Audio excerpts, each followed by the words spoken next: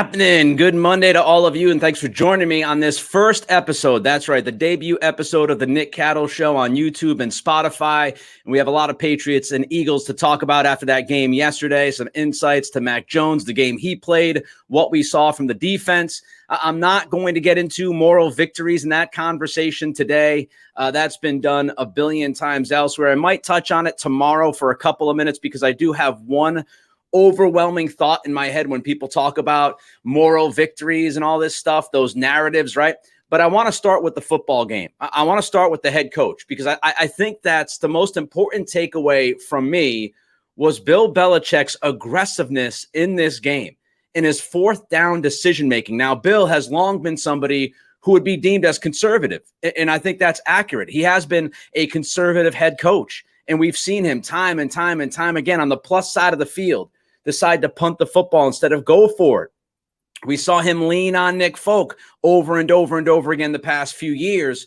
Well, yesterday was a different story.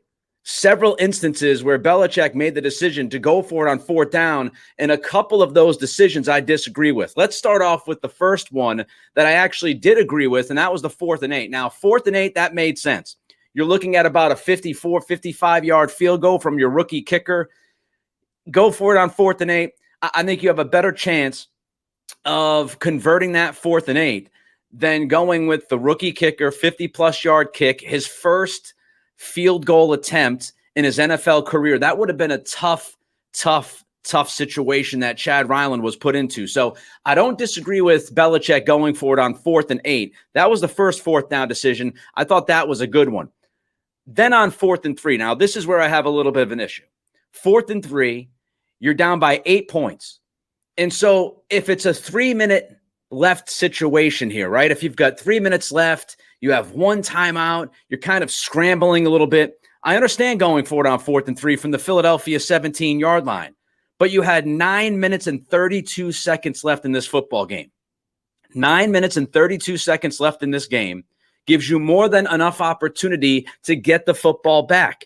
Down by 8, I don't understand why you don't kick that field goal and take the points. Now, I get it. I heard back from some people on Twitter or X, whatever we call it nowadays, right? At Nick C Radio, if you want to follow me. Some people said, oh, well, Nick, he had to make the kick. Yeah, I understand that. Ryland would have to make the kick.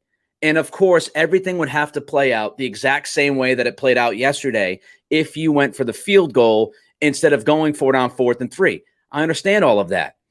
The first pushback that I have for all of you is if you drafted the guy in the 4th round and you moved up to draft him, when you put that kind of an investment into the kicker, then you best trust that guy to make a 35-yard field goal. Because if not, why in the blue hell did you draft him in the 4th round? Why in the blue hell did you move up to draft him in the 4th round?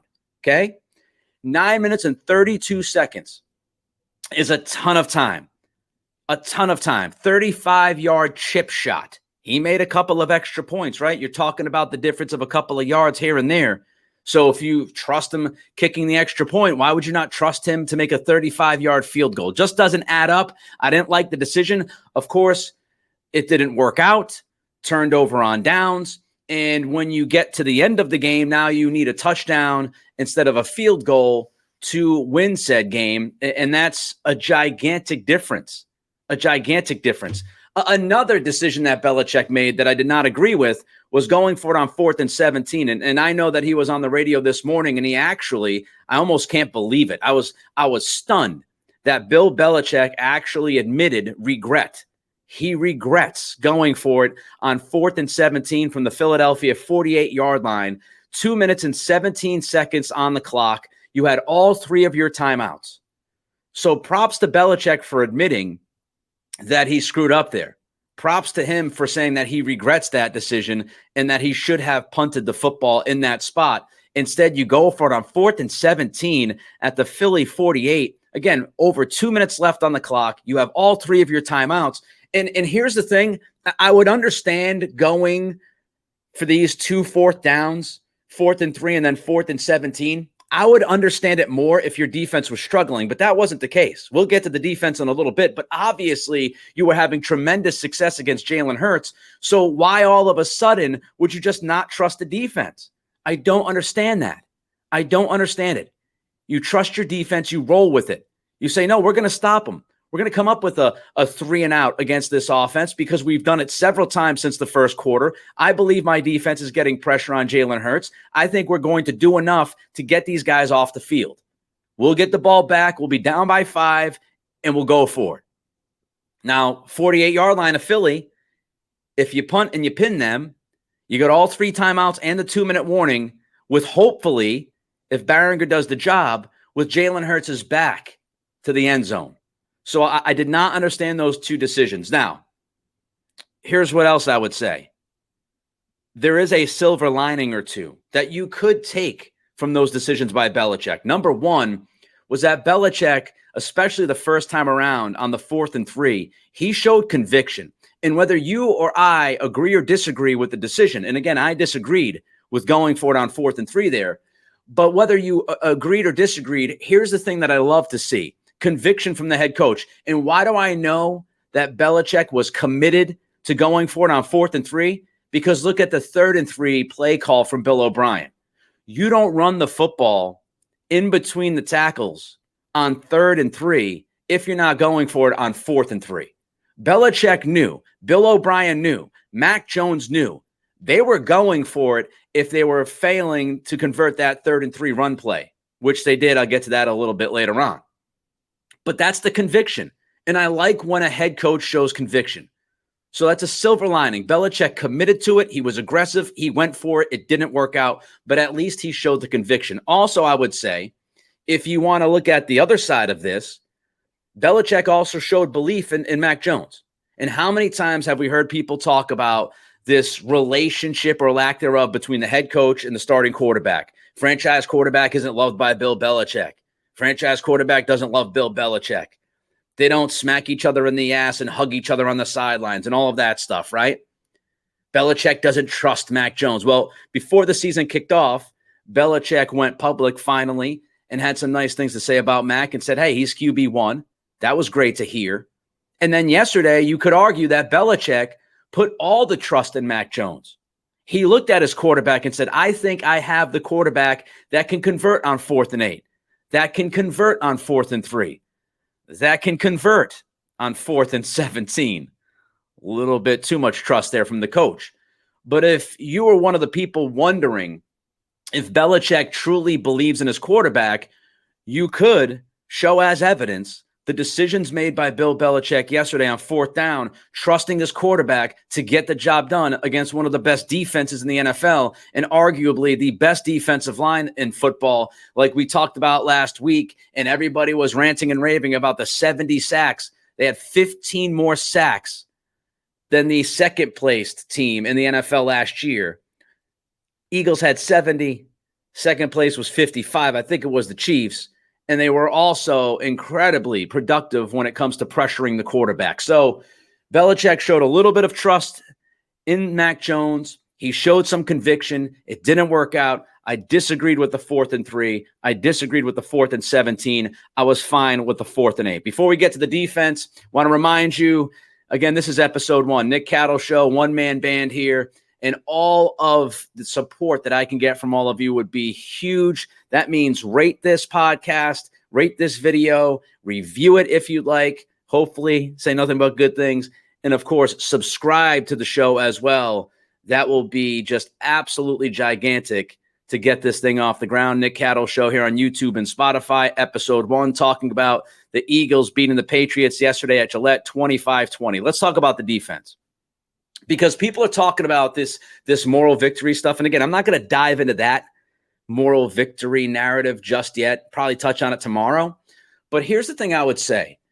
You are actually allowed to watch a team lose a game, but take some good things from that game. It's actually possible. I know some people will tell you on the radio around here in Boston that it's not possible. I am here to tell you, you can actually feel good about certain things even if your team lost.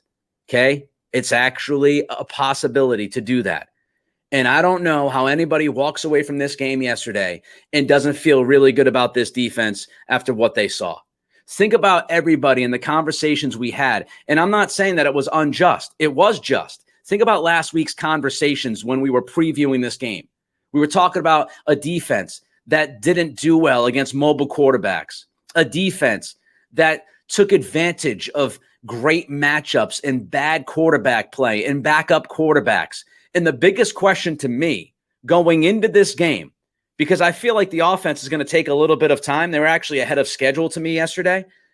I was looking at the offense and said it might take a few weeks to figure some things out. But defensively to me was the biggest question going into yesterday's game.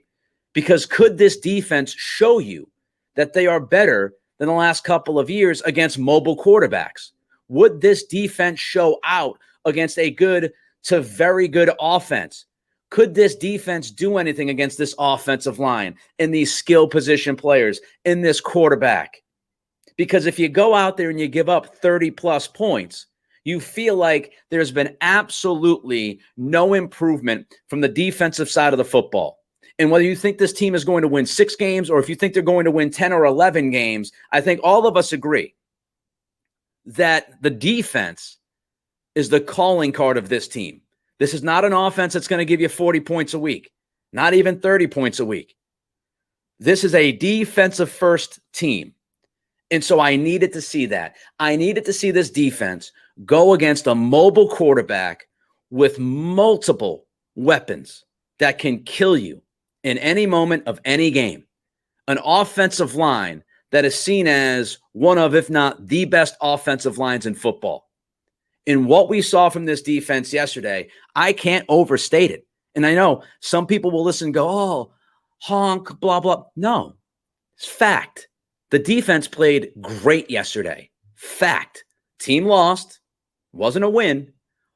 But you should feel really good about this defense. Philadelphia, 251 total yards. 251 total yards on the day.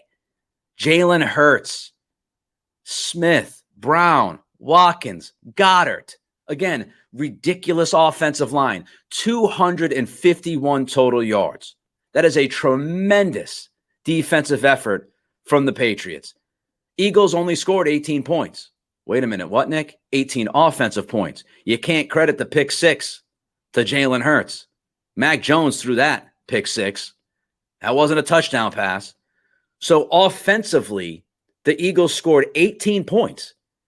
They held the Eagles to 18 points. This was a team last year that consistently would put up 30 or more points. Week in and week out, they were absolutely eviscerating defenses across the NFL landscape.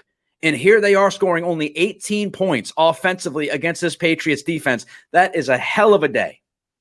A hell of a day from the Patriots defense. How many touchdowns did the Eagles score yesterday offensively against this defense? One single solitary touchdown scored. And do you know how long of a drive that was for that only touchdown of the day? 26 yards after Zeke's fumble. Zeke fumbles, Eagles go 26 yards for their one and only offensive touchdown on the day. That is ridiculous. If you told me that this Patriots defense was going to hold the Eagles to 18 points scored on the offensive side, I would have told you the Patriots are going to win this game. My pregame prediction, by the way, was 27-20. Eagles, not too far off, 25-20. I would have told you the Patriots would win this game if you saw this defense holding that offense to 251 total yards and giving up only one single solitary offensive touchdown.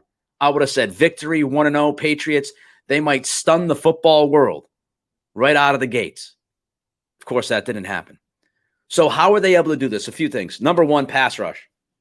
And I've been talking about this on Twitter. I've been talking about this with Greg Bedard on our Patriots podcast that we do. You should check that out as well. You know, this pass rush, one of my 3 things that I felt really good about going into this season and made me feel optimistic that they could be a pretty tough team to beat was this defensive pass rush. And you saw it yesterday. Christian Barmore, by the way, according to Seth Balder, Barmore yesterday across the entire NFL, he was number 3 in pass rush win rate from defensive tackle position. So he was the 3rd best pass rushing defensive tackle in the NFL yesterday. Props to Christian Barmore. Overall, this pass rush, 41%. 41% pressure rate, which is just absolutely freaking absurd. A 41% pressure rate against, again, let's not forget, folks, against that offensive line. We're not talking about just any offensive line, okay?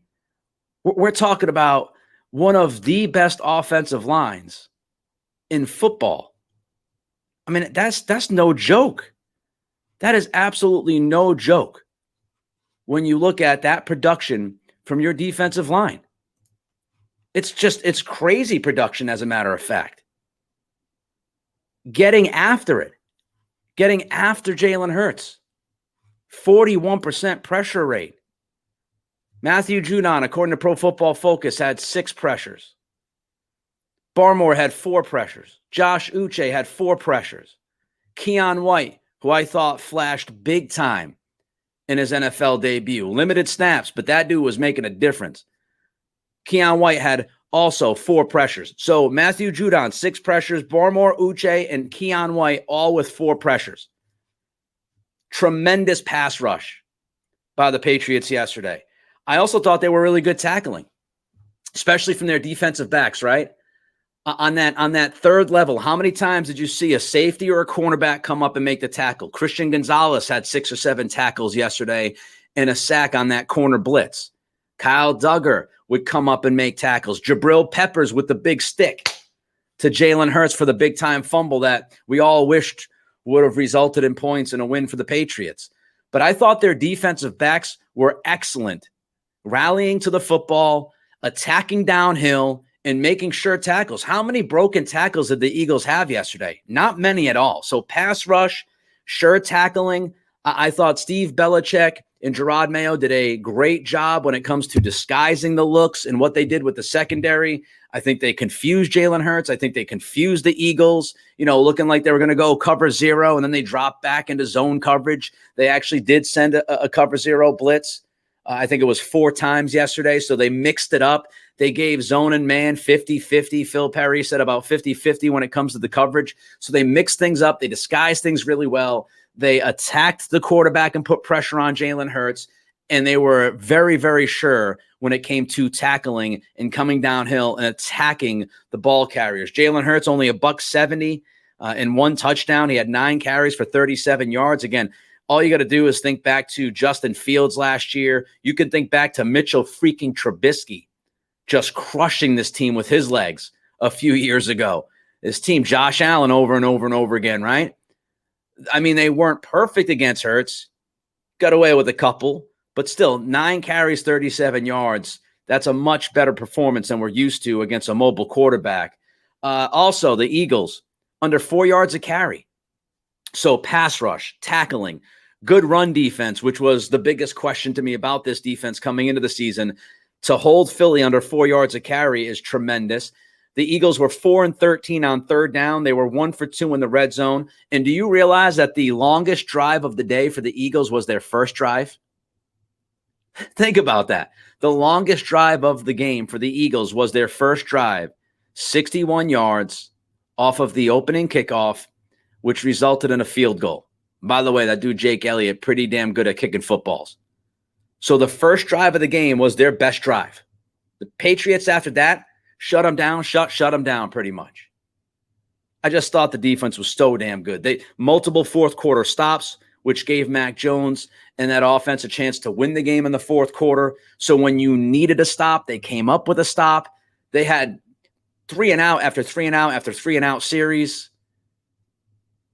And we walked in, as I said, the number one question to me, could this defense limit a top quarterback? Could this defense limit somebody who was a dual threat? Could this defense, with a rookie Christian Gonzalez on the outside, do enough to slow down A.J. Brown and Devontae Smith? Check, chickity check, chickity check. The defense, I come out of this game feeling great about that side of the football. Jalen Hurts is seen as a top 5 quarterback in this league.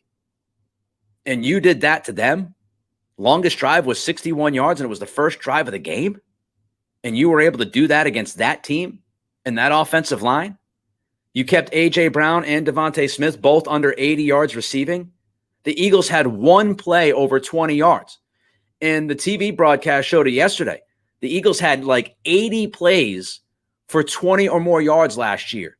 They survive. They thrive on big plays. You gave up one play over 20 yards. Great work. Great work. All right, before I get to Mac Jones, don't forget, rate, review, and subscribe to this show. All the support from every single one of you means an awful lot to me. I don't have a big corporate business above me. I don't have the push of a machine. This is just me, one-man band. So everything you could do to help support this show, if you like what you're listening to or watching, it is much appreciated by me. It is the Nick Cattle Show here on YouTube and Spotify. We're going to try to get to Apple eventually as well. We're working out some of those kinks. All right, let's get to Mac, because I thought Mac was very interesting yesterday. Watching him, there was kind of the tale of two Macs. And if you ask me for an overall grade for Mac, I'd say somewhere hovering around a B-, right? I think the first quarter, let's get it out of the way, was dreadful. Watching that first quarter, you had all of these, thoughts of last year and all these mistakes and just a sloppy overall operation in the first quarter. You had penalties. You had the huge penalty on Dietrich Wise. You had a big penalty on Duggar. You had just so many mistakes. Dropped footballs, the pick six, the fumble by Zeke Elliott. Just too many bad plays, bad throws, bad mistakes, bad flags, all that stuff. First quarter was dreadful. We can all agree on that. That was a putrid first quarter. Inexcusable, some of the things we saw out of the chute. They looked like a team that wasn't ready to play, which is not ideal when you are actually playing. Not good. So the first quarter, I'd give Mac like an F. Second quarter, he was great. He went, 10 of 10, 11 for 11 with over 100 yards and a couple of touchdowns. In the second quarter, Mac was cooking. He had it going. Kendrick Bourne had it going. I thought Mac in the second quarter, that's some of the best football we've seen him play in quite a long time. So I got to give him an A+ in the second quarter. Third quarter, I think he dropped down a little bit again. But I'd say overall in the second half, I'd hover around, a B- or so. So I thought overall, terrible first quarter, great second quarter, good second half. That's how I would look at Mac's day yesterday. 35-54, 316 yards, 3 touchdowns, 1 interception. The reason why I'm hearing a lot of stuff about Mac's performance yesterday, and I want to shoot some holes into those things that I've heard. But here's what I would say. When you're looking at a quarterback, you have to think about everything that goes into that guy's day. And what I mean by that is offensive line, run game, weather, all of those things. And considering some of the circumstances that Mac had to deal with yesterday against a defense and a defensive line, which is damn good. That defensive line, again, for anybody's money, the best defensive line in football. They couldn't run the ball. I think many of us walked into this game thinking that the Patriots would try to establish the run. I thought they'd play with an extra offensive lineman at times. I thought they would try to run the football down the throat of Philly. They could not run the ball yesterday. The Patriots averaged, 3.5 yards per carry. Running backs, Zeke and Ramondre Stevenson, they averaged 2.8 yards per carry. 19 carries for 54 yards. This game was on Mac. This was all on Mac. 54 throws, 54 pass attempts. Way too many because they couldn't run the ball. I can guarantee you that the game plan going in was not to run Elliott and Stevenson 19 total times combined. I could bet you that was not the game plan. This was a one-dimensional offense from beginning to end. This was all on Mac. All on Mac. And then you think about it. Devontae Parker out. Was his best receiver, according to all the reports at camp and in the preseason, best receiver out. You got 2 offensive guards who are rookies. 2 guards that are rookies, right? You've got Mafi and you've got So out there. So you're missing your top receiver. You're missing your starting guards, including your best offensive lineman in Owenu. Juju Smith-Schuster, we'll get into this later on in the week at some point, hopefully tomorrow. But Juju Smith-Schuster, for all intents and purposes, gets benched in this game late. So Juju played at like half the snaps. So now you're missing your top receiver, and then you've got Juju, who is being sat down late in this game for whatever reason, whether it's his knee or he wasn't running the right routes, whatever the hell is going on with him.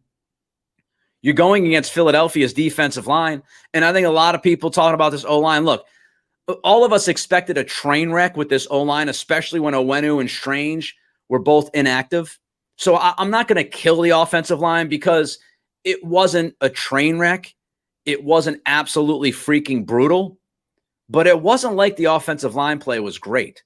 Phil Perry on the O-line, he wrote today, next gen stats, rookie Jalen Carter, who's going to be a beast, by the way, had 6 pressures on Mac Jones.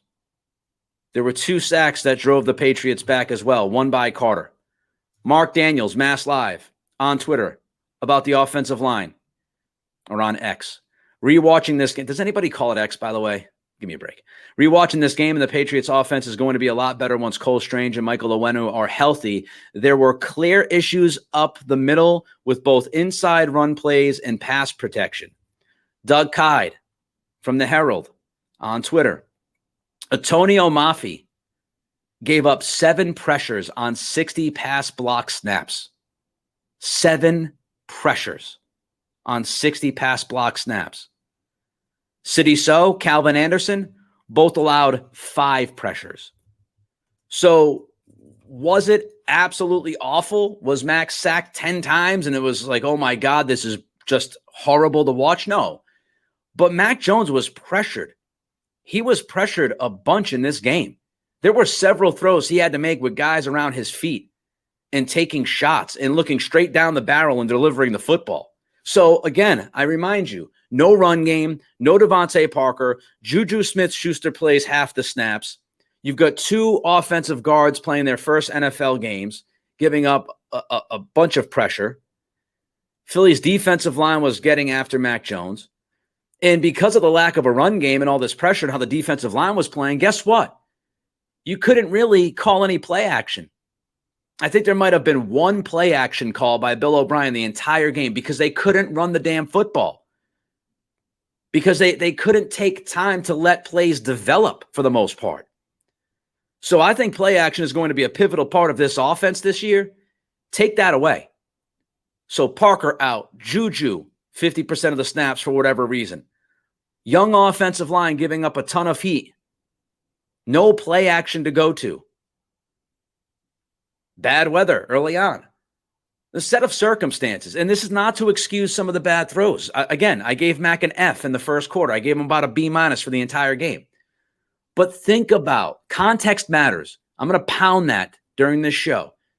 As more and more of you listen and watch and join me Monday through Friday at 3 o'clock Eastern, I'm going to always say this. Context matters. So when you talk about Mac Jones, you have to talk about the context of the offense that was surrounding Mac Jones yesterday against one of the best defenses in the league. Considering the circumstances, I think a B- or so is pretty damn fair. And I think walking out of that game saying, hey, Mac was good, wasn't great, wasn't terrible, he was good. I think that's fair. I think that's a fair assessment of the quarterback position. One thing I thought Mac was great at was pocket movement. And he's not a spectacular athlete, but his ability to manipulate the pocket side to side, step up when he needs to, get around that pressure, get around that pass rush of the Eagles, he did that so many times yesterday. Like if you go back and you just watch him snap to snap and watch him move within the pocket to buy himself just that extra half a second to a second. Critical multiple times in that game yesterday. And I also thought part of this as well, did Mac make some bad throws? Yes, absolutely. The pick 6 was a bad throw. He made 4 or 5 bad throws. The throw to Ezekiel Elliott, which ended up in the Elliott fumble. You can't fumble the ball, but that wasn't a great throw. A little screen pass. He threw it behind him. He misfired a number of times. But we also can't forget that his receivers were dropping the football. Juju had a drop. Kendrick Bourne had a huge drop in the fourth quarter, hit him right in the breadbasket. He said in the postgame, it's a drop, can't have it. Kayshon Boutte still thinks he's obviously playing for LSU because he doesn't want to get 2 feet in bounds. What the hell was going on with that? So you had several drops. Like, how different would this game be? And we could play both sides. Like the screen pass that was almost picked by Sweat could have been a pick six. Mac got away with that one.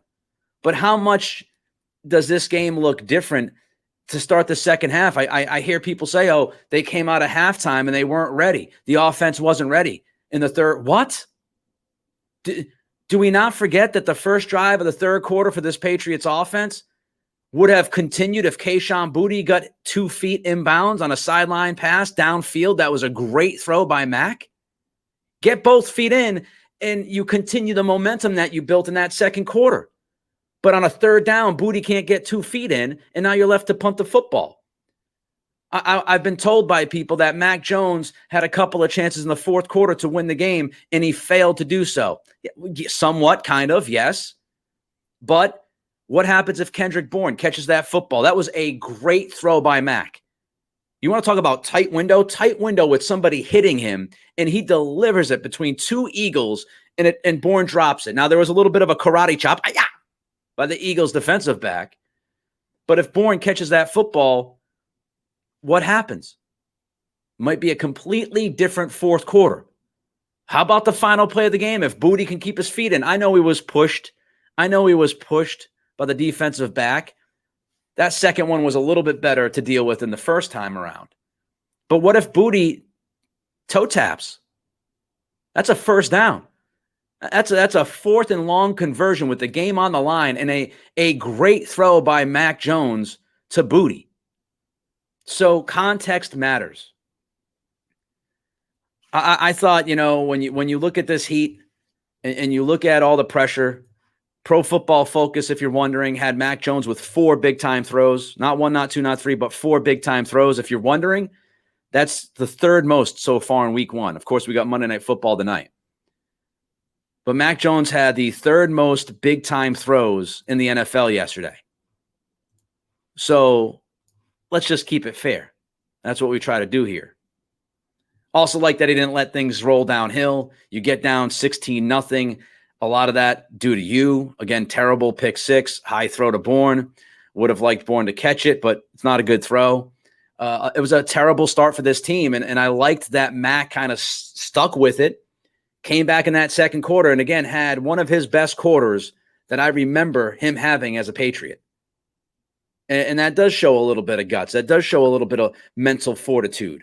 He didn't let things roll down the hill. I heard, Ted Johnson, who, look, Ted forget more football than I'll ever be able to learn. But I heard some of this narrative last night with he and Michael Holley about, empty catches. Empty calories because the running back's catching the football. What? That was part of the game plan. Part of the game plan was to get the backs to football in the passing game and to try to do as much as you could with the quick passing game because of the Eagles' pass rush. I gave you the pass rush numbers. I gave you the pressure numbers. Mac was under pressure all day long. He didn't take a lot of sacks, but he was under a lot of pressure. And that was with the quick passing game. Throwing to a running back is not empty calories if it's part of the game plan. That's ridiculous. We want it both ways. We'd bitch and complain about the screen game not being there. Oh, they're not calling enough screens. They're not involving their backs enough in the passing game. But yet when they do throw to their backs, now we're going to call it empty calories. Give me a break. Give me a freaking break with that. That was part of the game plan. Get the ball out quick. Get the ball out quick to running backs. Get the ball out quick to your receivers. They got Gesicki involved in the second half a little bit more, got the ball out to him quickly. I also heard, again, that he got the ball twice, and he failed. He got the ball twice, could have won the game. Well, yeah, his receivers, it would have been nice if they catch the football or kept their feet in bounds. Because that might have been the whole difference in the game. Kendrick Bourne catches that ball. Kayshon Boutte keeps his feet in bounds. What the hell are we talking about? He made plays. He made 2 big-time throws in 2 crucial spots. Was he perfect? No, he wasn't perfect. He also made a couple of head-scratching decisions in the fourth quarter. Again, B-. But if Kendrick Bourne catches the football and Kayshon Boutte catches the football, we're not even talking about that. We're talking about how Mac Jones threw 2 absolutely perfect balls to his receivers in big-time moments. 3rd and long with heat and getting hit, and 4th and 12, final play of the game. Those are big-time throws. Big-time throws. He was the better quarterback yesterday. He's not better than Jalen Hurts. But yesterday, he outplayed their guy. And if Mac Jones can outplay the other quarterback in the majority of the games this year, you should feel good about that, because this is a gigantic season. You know, I heard all this stuff about how big of a season this was for Mac Jones. It's a huge season for Mac Jones. And when the guy goes out there and outplays Jalen Hurts, who's considered a top 3 to 5 quarterback in the league, you're not going to give him credit? You're going to throw empty calories out there? Oh, but this, oh, but that, oh, but this, oh, but that. No quarterback is perfect. Stop comparing the guy to Tom Brady, the greatest of all time. No quarterback is perfect. Jalen Hurts missed a few guys yesterday. Tony Romo talked about it. He missed Dallas Goedert 3 or 4 times yesterday. Even the best quarterbacks miss open receivers from time to time. Even the best quarterbacks make a couple bad throws a game. Patrick Mahomes led the league a couple of years ago in turnover-worthy plays. Nobody talked about it because we see the whirling dervish spin around, throw with his left hand, beautiful stuff. Mac Jones was better than Jalen Hurts yesterday. Period. End of sentence. And it's great that he has a play caller. I thought Bill O'Brien, for the most part, was awesome. I hated the 3rd and 3 call that led to the 4th and 3 decision. Brought that up earlier. Stevenson up the middle when you can't run the football. Absolutely hated that play call. Awful. But for the most part, I thought O'Brien was really good. Really good. And maybe this team's ceiling is a little bit higher, but they have to build off of yesterday. You can't keep losing games like you lost yesterday. You can't keep losing games because you failed to execute late in the game. You failed to catch the football. You had all these little mistakes. You had some penalties that literally took you out of field goal range, which would have made a huge difference on that final drive. Pop Douglas loses 4 yards on the 3rd down, which takes you out of field goal range. At some point, you got to button up. You can't start by getting down 16-0 against the NFC champions. But yesterday's game had a good amount of positives you could take out of it, no matter what talking heads want to tell you. You could take a decent chunk of that game and feel pretty good about it. But they have to build off of it. If they build off of the positives from yesterday, that's where this team starts to look like a winning football team again. If we're talking about the same kind of stuff against Miami next weekend, it's just going to be Groundhog's Day with Bill Murray rolling around in bed and smacking that alarm clock. I also love to see Tom Brady back. Awesome. Patriot for life. That's the soundbite. Running down to the end zone, doing his let's go, wearing the jersey. It was a great moment. It was a great moment. Now, I wish they did more. I wish they dropped, the jersey number down or something. It's a little weird to have that and say, oh, come back in June. Kraft's going to make a little extra scuttle. Concessions open that night for Tom Brady night. I think it's like a Wednesday or something I heard. Sell a couple of pops, right? Sell a couple of beers and some pizza. Fill that stadium on a June night. Why not? But it was great seeing Brady back. It wasn't great that the Patriots screwed up the audio, and for the first 2 minutes, there was silence. That was not good. Somebody had one job to do for that halftime show and didn't do it well.